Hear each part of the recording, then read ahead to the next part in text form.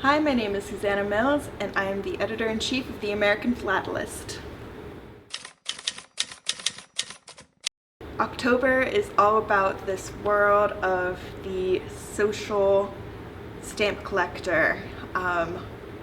So that's everything from shows to clubs to exhibiting, shows and clubs and outreach. Outreach and marketing, and how we're bringing people in, and basically all these big questions that everyone who's involved in organized philately cares a lot about. These debates that we're having over like what to do next, the future, the digital world, those all kind of have their place in the October issue. So this cover was kind of difficult because it is kind of a cerebral, large kind of topic that's difficult to illustrate in kind of a simple way. So what we ended up going with was highlighting the different aspects that go into the issue on a faux newspaper. So in this newspaper you have photos from the Great American Stamp Show that we just had. You have some of the excerpts from the different articles that we share. The cover is put together to make it look like someone's just tossed this newspaper down on their desk and they're getting ready to read all about the social side of philately. We've done a fake newspaper kind of cover before. It's always really fun for our graphic designer Chad to work on. He comes from the newspaper business. He told me when we were putting the idea together that it's definitely not his first rodeo making up a fake newspaper. So it's the fun of finding fonts, coming up with the fake name for a newspaper. I think we went with Philately Now, and trying to imagine what it would actually look like if we were to put this together. So our feature article that we start out with is actually really cool. A lot of you probably know this already, but back in the month of July, the Royal Philatelic Society London had this major exhibit called Clash of Empires. It's about the Anglo-Zulu War. The exhibit was put together by Alex Hyman. He's been working on it for like nearly a decade, and so it was this month-long exhibition. Alex wrote this article for us that describes how it came together, like what its origins were, what kind of things it had in it, and what the end result of the exhibition was. I found this article particularly interesting because it is a completely different type of exhibition than you would normally see in philately. Usually you hear philatelic exhibit and you picture the A-frames, these frames, and they're kind of tilted. It's kind of difficult to read them, and they're all very standard, and that's what you would imagine. But this exhibit, Clash of Empires, they very specifically wanted to focus on display cases.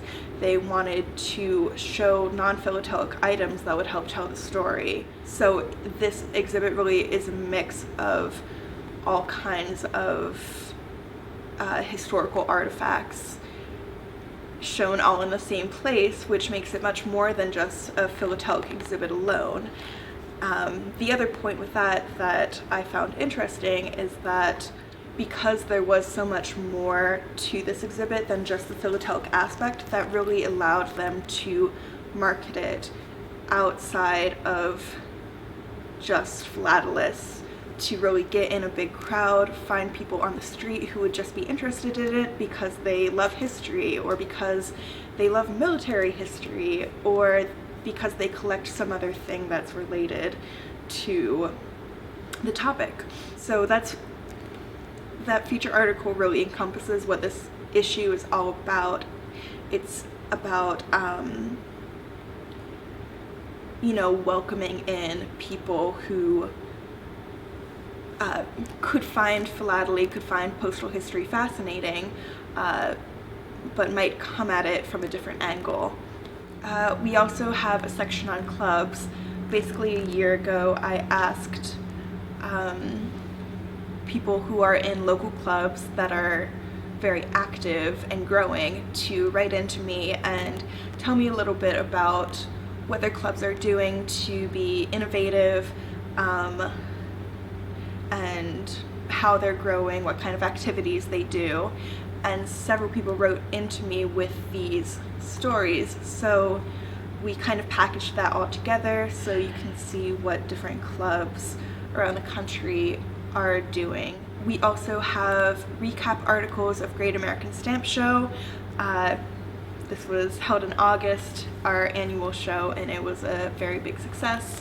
There were some parts of it that really made it stand out from previous shows. So we do a whole recap of, you know, all of the first day ceremonies, the stamp unveilings, who won the different exhibits and awards. So there's the recap article, and then also on the topic of shows, we had an article retrospective on Stockholmia 2019. Stockholmia 2019 was one of the biggest shows in the world in the last decade, 2 decades, however many decades, and a lot of people are using Stockholmia as a blueprint. So Jonas Hallström, so sorry if I didn't pronounce that correctly, he wrote this retrospective about putting Stockholmia together. Essentially what we wanted to show about shows was that there's a model that's been used, and then there are ways that people are innovating. So we wanted to discuss the ways that you can innovate, whether that's through marketing or through prioritizing a different aspect of the show. We are currently working on our November issue. This one is very exciting because we are partnering with the American Numismatic Association to do a joint issue with them. So we'll have some columns that usually appear in The Numismatist. They'll have some columns that usually appear in the AP. We're sharing some features and some other articles as well. So keep an eye out for that. If you haven't already become a member of the APS and you're watching this, now is a great time, because then you'll become a member in time to receive this joint issue.